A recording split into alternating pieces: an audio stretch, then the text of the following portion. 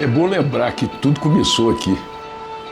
Trabalhar essa ideia dos 80 anos de uma escola Guinhar, porque o Guinhar é daqueles artistas que inauguraram a arte em Minas, né? Guinhar é um marco na história das artes plásticas de Minas Gerais. Quem entra na Guinhar não sai. Onde não há liberdade, não há criatividade. Você desenha o que você quiser. Aí, quando o Guinhar começou, ele já começou a personalizar o ensino de arte. Cada um teria que fazer o seu processo interno próprio. Que eu acho que é onde mora a genialidade do Guinhar enquanto professor.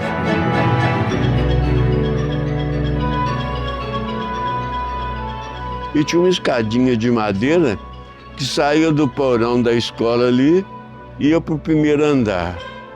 Aí eu subia naquela escadinha, à direita tinha um espaço vazio e mais 4 salas. Uma na entrada, mais uma para pintura, outra para desenho e a outra sala vazia. Então a gente ia para o parque desenhar, né? Parque antes, na época de Guinhar, era chamada Escolinha do Parque, né? Porque Guinhar dava aula ao ar livre, né? Observando a natureza, né? Maria Helena fala muito disso, né?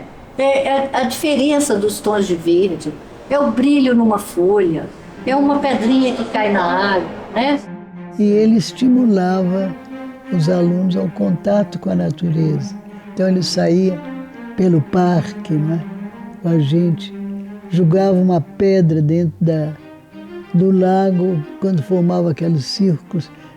Olha lá aquele círculo que está se formando.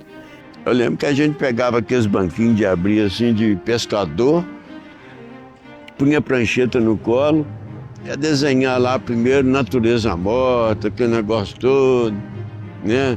Outra semana você vinha desenhar com a Maria Helena as paisagens do parque. Eu ficava meio assim, porque eu não era muito ligado à paisagem. Enquanto meus colegas ficavam desenhando paisagem, eu ficava desenhando a turma, desenhando o pessoal, aquele negócio todo. Guinhar foi um artista nascido no Rio de Janeiro, no estado do Rio de Janeiro. Foi criança ainda para a Europa, onde ele teve a formação dele, educação, formação em alguns países, formação artística principalmente na Alemanha, em Munique. E já um artista feito, ele volta para o Brasil no final da década de 20, exatamente 1929. Fica residindo no Rio de Janeiro, até que em 1944 o Juscelino Kubitschek, que era o prefeito de Belo Horizonte, ele convida Guinhar para iniciar aqui um curso livre de desenho e pintura. E aí o Juscelino chama Guinhar para ser professor das novas gerações e se instala na escolinha dentro do Parque Municipal e ali começa essa transformação. Today on this site stands Brazil's seventh city, Belo Horizonte, home of over 200,000 far-thinking people. Capital of the state of Minas Gerais, located in the south-central part of Brazil. A gente precisava de mostrar que Minas criava, inventava. No Barroco ela fez maravilhas, né? O Barroco Calejadinho, aquele preto, aquela coisa maravilhosa. O maior artista das Américas. Aí passa um período longo sem essa vanguarda. Já achei assim fantástico, que ele mandava, ele dava muita força à coisa nova. Ele dizia assim, coisa nova.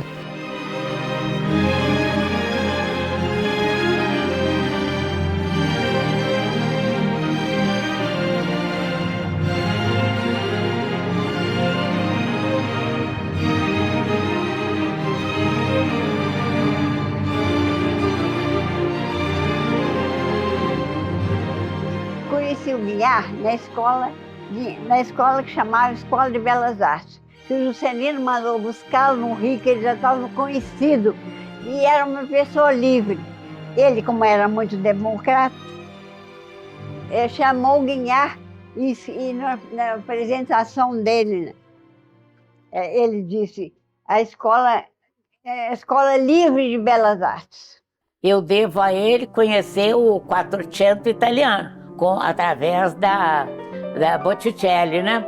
Que ele amava. Então, ele trazia os livros dele, nos mostrava. Não tinha, a escola não tinha. Ninguém pagava, ninguém matriculava, não tinha aula, nada. Você ia e fazia o que queria ali com ele, né?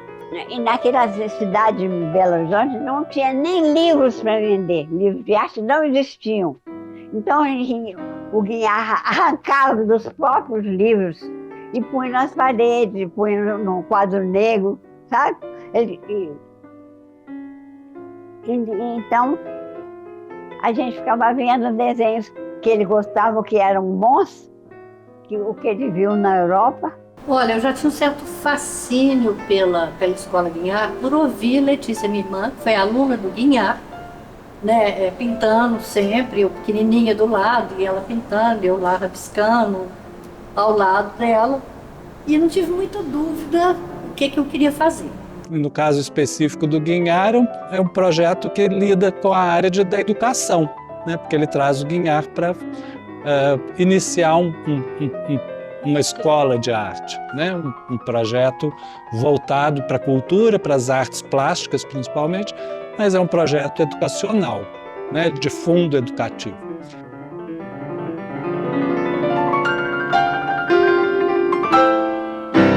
Essa importância do professor artista é maravilhoso, porque não é técnica que ele está ensinando, ele está ensinando muito mais. Está ensinando como que você apreende o mundo que está à sua volta, como é que você devolve isso através do desenho, através da arte, através da sua visão, de uma visão pessoal de mundo, sabe? Era isso que Sara passava para gente. Principalmente, assim, foi quem eu tive a maior ligação, uma pessoa importantíssima para mim, na Escola Guignard, né? Que ela foi aluna de Guignard, depois professora durante a vida inteira e depois diretora também. Quando eu fui para a Escola Guignard, não tinha intenção nenhuma de ser diretora. As circunstâncias me levaram a ser diretora. Foi bom que já foi, depois de muitos anos na Escola Guignard, de formar várias gerações, com o coroamento da minha carreira lá na escola, né? Como professora e como educadora, né? E na direção da Escola Guignard foi uma forma de agradecer o Guignard tudo que ele tinha feito para a gente, que ele tem que agradecer o Guignard, o caminho que ele abriu para as artes plásticas em Belo Horizonte, né? Porque é um divisor de águas, né? Dele para cá, dividiu esse terreno assim, antes do Guignard e depois do Guignard. Partiu Belo Horizonte pelo meio.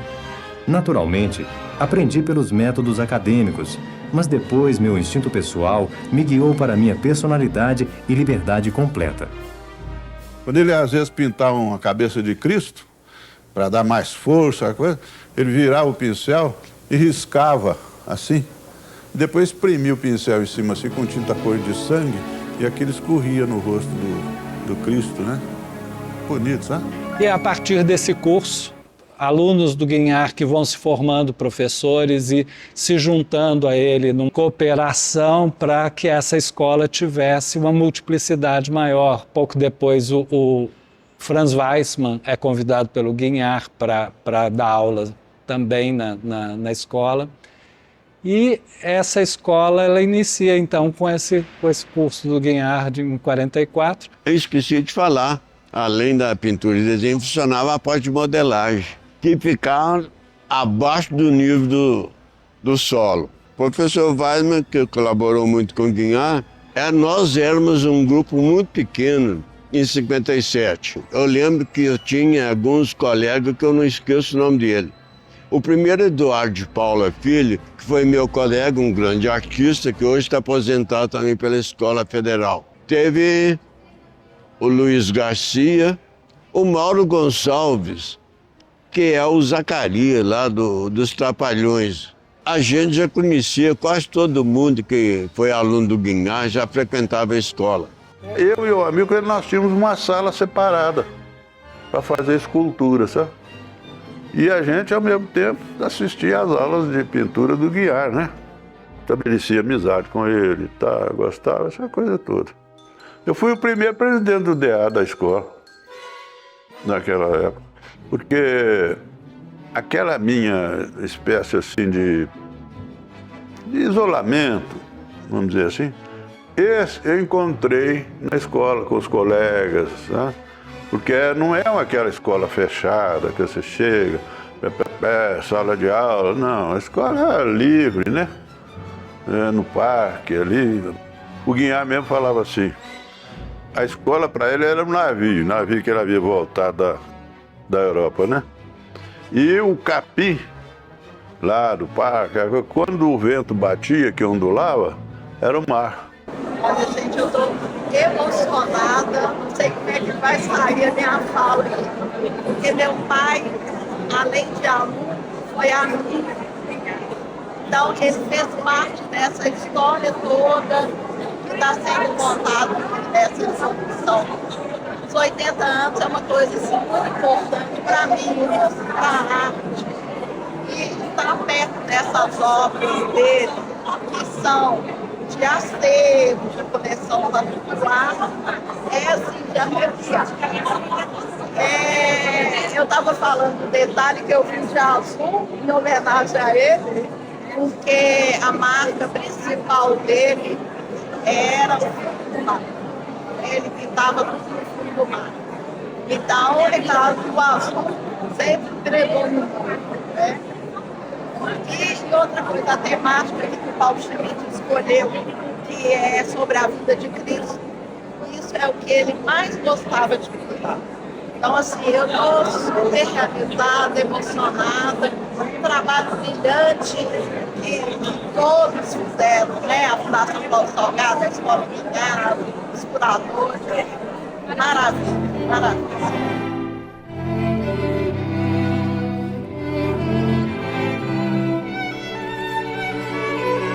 Como eu digo, a minha geração foi que abriu o caminho, não só em arte, como para as escolas de arte também, né? Foi a minha geração que abriu o caminho para existir tanto a Escola Guinhar, que é hoje a Universidade Estadual, como a Escola da Federal, do Belas Artes da Federal.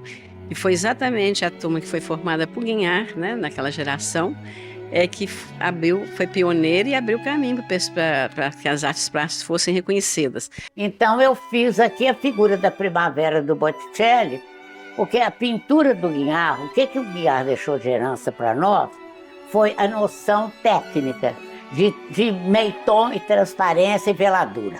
A palavra é complicada, mas é como se fosse uma cor em cima da outra, você percebe a cor de baixo também, né?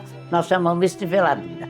Então, isso é que ele deixa para os alunos, porque ele aprendeu com Botticelli, que era o pintor do século XV, 1400 e tanto, e ele estudou na Florença e ele ficou apaixonadíssimo por essa figura, que é um quadro enorme, um quadro de 3 metros, onde uma das personagens é a Primavera, anunciando a primavera.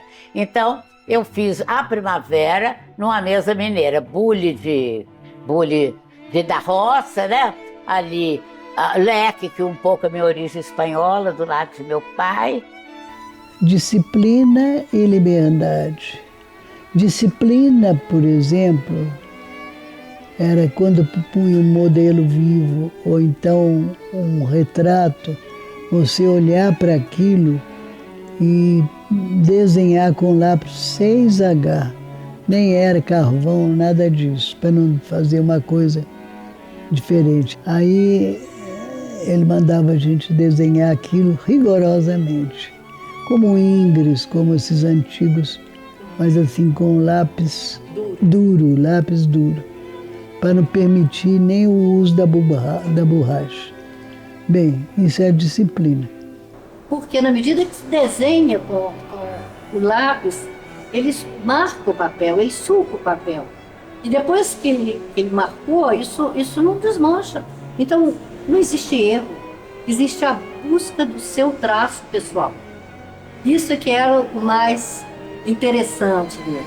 Nesse passeio Sabará, que eu tive a maior aula de desenho da minha vida, eu tinha acabado de fazer um desenho de um detalhe de Sabará.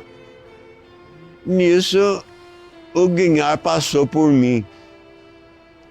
Ele passou com aquele jeitão dele, com aquele paletó marrom dele, gravatinho e tal.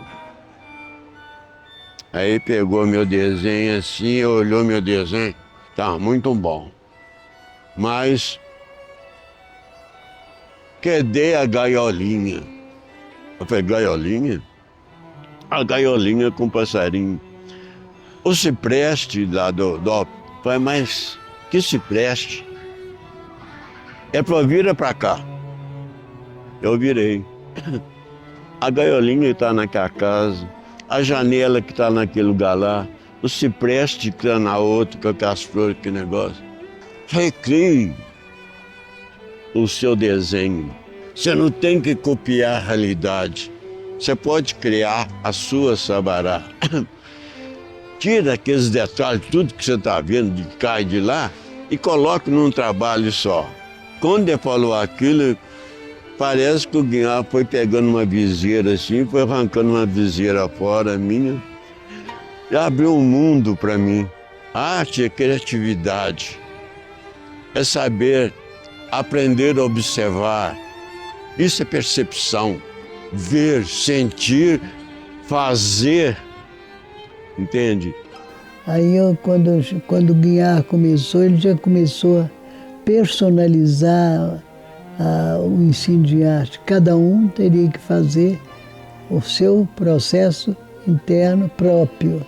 Mas eu fazia quadros muito cinzentos, muito pretos, muito azuis escuros. E agora, nessa idade, é que eu vou fazer quadros coloridos. E eu botei os quadros antigos e modernos. E nisso a gente pode ver na geração desses alunos diretos de Guiar. Maria Helena é completamente diferente de Sara, que é completamente diferente de Janina, que é completamente diferente de Amilca. Mas é importante pensar, vendo a exposição, que eles todos trilharam caminhos muito particulares, né? E isso quem possibilita é a orientação que se dá numa escola, né? De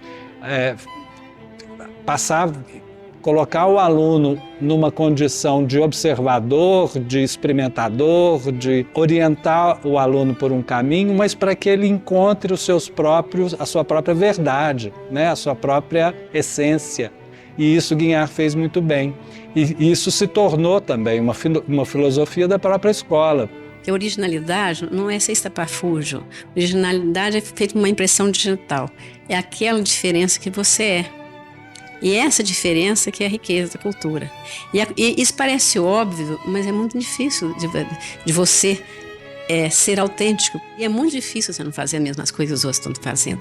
É muito difícil você seguir o seu caminho. Liberdade. Guiar é sinônimo de liberdade. Ele deu ao aluno a liberdade absoluta.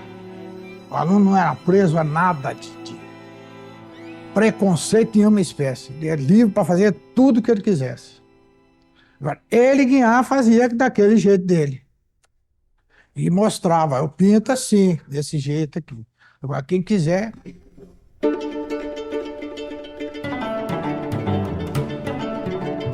Aquele traço do Guiar, a coisa do traço, das cores de Guiar. As cores de Guiar são cores leves, às vezes trágicas, quando ele pintava uns fundos, umas paisagens assim de montanhas, parecia de vulcões, de pôr do sol avermelhados, ou então aquelas manhãs verdes e azuis claras, aquele traço perfeito.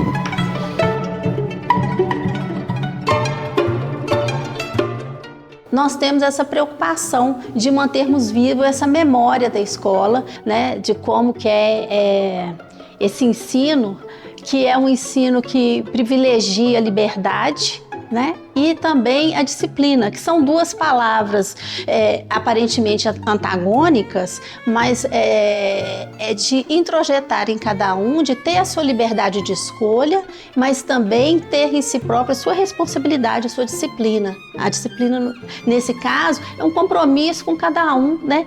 Nessa descoberta, uma descoberta particular de mundo, né? De autopesquisa. Agora, a liberdade, ele começava nessas pesquisas para os meninos, para as minhas colegas, os alunos, fazerem a imaginação dele voar, né, para as nuvens do céu, olhando Então são coisas assim muito importantes. E ao mesmo tempo, para descondicionar a figura assim muito exata, ele mandava a gente começar de um ponto, sair com o lápis assim, lá ia assim, rapidinho, e voltar para o mesmo ponto. E realmente todos os professores também foram libertadores. Esses alunos todos que conviveram com o Guinhar e conviveram com os outros professores, eles se sentiram livres. Livres para criar, livres para sonhar. Então a escola do fazer coletivo é essa escola de que as coisas, o acaso, a descoberta está sempre acontecendo. Então eu acho que a gente pode falar um pouco, eu sou neta de Guinhar, porque eu tive aula com a Milka, tive aula com a Sara, tive aula com Lisete, com a Vilma. A gente vem de uma tradição que sempre vieram os discípulos, né? Os netos, os bisnetos, tataranetos, enfim. Mas eu ainda que sou de uma geração de ex-aluna que passou pelo porão, nós temos essa preocupação de mantermos vivo essa memória da escola. A minha relação com a Escola Guinhar é uma relação afetiva e também uma relação de aprendizado e de crescimento. Numa perspectiva de buscar um conhecimento, algo que eu gostava de fazer, que eu tinha admiração. Então fiz assim, com o peito aberto. E sem muita pretensão também de ganhar dinheiro, de mudar de vida, não era nada disso. E acabou que a escola mudou a minha vida. Ela era uma escola do fazer coletivo. Fazer coletivo é que é a força. Ninguém está ensinando o outro a como fazer.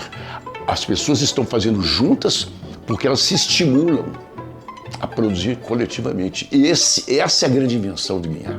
Na verdade, essa é uma história que a gente viveu, né? Todo mundo que passa pela Guinhar viveu um pedaço dessa história. E as pessoas... O Guinhar ainda está vivo naquela escola. O Guinhar ainda está vivo nesse lugar aqui. Porque o que ele ensinou, o que ele foi precursor, ainda permanece nos seus alunos, ainda permanece no pensamento que ele fez e ainda permanece nas aulas. Quem for à Escola Guinhar hoje, começar a estudar hoje, vai estudar da mesma forma, vai estudar na mesma trilha e no mesmo caminho que ele ensinou as pessoas a percorrer. Um era diretor da UFMG, o outro era joalheiro, o outro fazia cenografia, o outro era professor de História da Arte, outro curador, e por aí é. Isso a gente encontra, sabe?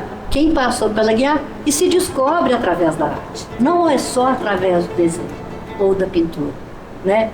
Mas é esse despertar da criatividade, né? Que a gente acredita que existe dentro de cada um. Se eu seria mais artista plástico, eu seria mais de teatro, seria aquela coisa constrangedora de perguntar para a criança de quem que você gosta mais, do papai ou da mamãe. Na verdade, eu acho que eu sou de origem um artista plástico que atua nas artes cênicas. Quer dizer, eu sou um artista plástico que, junto com uma equipe, produz objetos que se movem, que são esculturas, né, que se apresentam diante de um público. Eu nesse período, eu ia para casa do Aldo desenhar junto com ele, nós desenhar com lápis duro. Até hoje eu guardo um lápis 10H, que é o lápis mais duro que tem, dos desenhos que eu fazia. Eu sempre usei a linha como forma de expressão. Eu acho que o Guinhar, esse foi a base. Eu acho que ele que foi o grande motivador para mim e por todos aqueles que tiveram passar pelas mãos do Guinhar, o grande mestre que ele foi e o grande artista que ele foi. Não dá para medir arte, tantos metros quadrados de arte. Você não mede arte, você não mede amor, você não mede criatividade.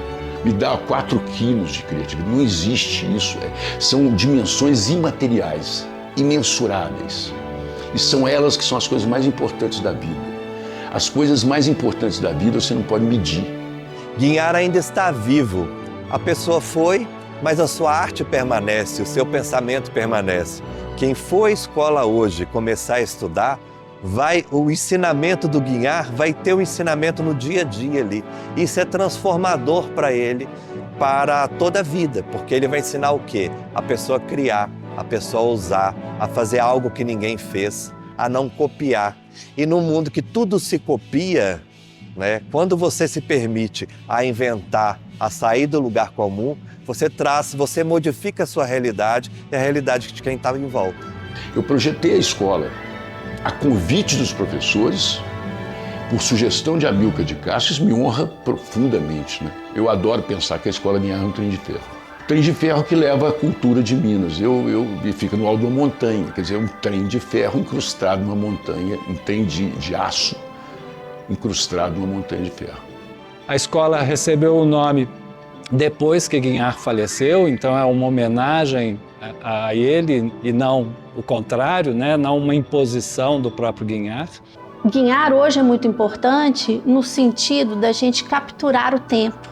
O tempo que a gente está perdendo hoje com o mundo digital, com tantas mídias, né? Que somos o tempo todo bombardeados de tanta informação, a gente precisa trazer esse momento que o Guiar nos propõe de parar, observar, ao ponto da árvore deixar de ser uma árvore. E aí sim, num gesto, você capturar essa essência, essa forma, enfim. Hoje as pessoas criam pouco. Elas estão muito presas, elas saem de casa, começam a entrar num ritmo alucinante ali, não sabe para quê, e elas não permitem a ousar, não permitem a correr atrás do novo, não permite a ver as coisas diferentes e até arriscar, correr riscos. E o Guiar ensina isso, a gente tem que correr risco. Correr o risco mesmo, a gente tem que correr risco e a gente tem que, sobretudo, ser feliz com as nossas escolhas. E é isso que a escola permite, e é isso que esse legado do Guiar deixou. E por isso que ele continua tão vivo em todos nós. Você vê que o Sérgio Reis também foi aluno do Guiar, né? O Sérgio foi meu aluno, né? E é uma delícia encontrar, porque a Guiar faz isso, e é uma coisa do que o Guiar deixou também, né? De gerações e gerações, a Guiar está aí, né? E agora com 80 e sempre, né? Como bem disse o Gustavo Pena.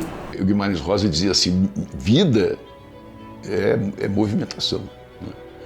E a escola Guiar é uma escola em movimento. Por isso que eu acho importante que a gente saiba que ela tem essa coisa infinita, essa potência de ser uma coisa que não termina, porque a força de que Guiar implantou é uma força definitiva que não vai morrer.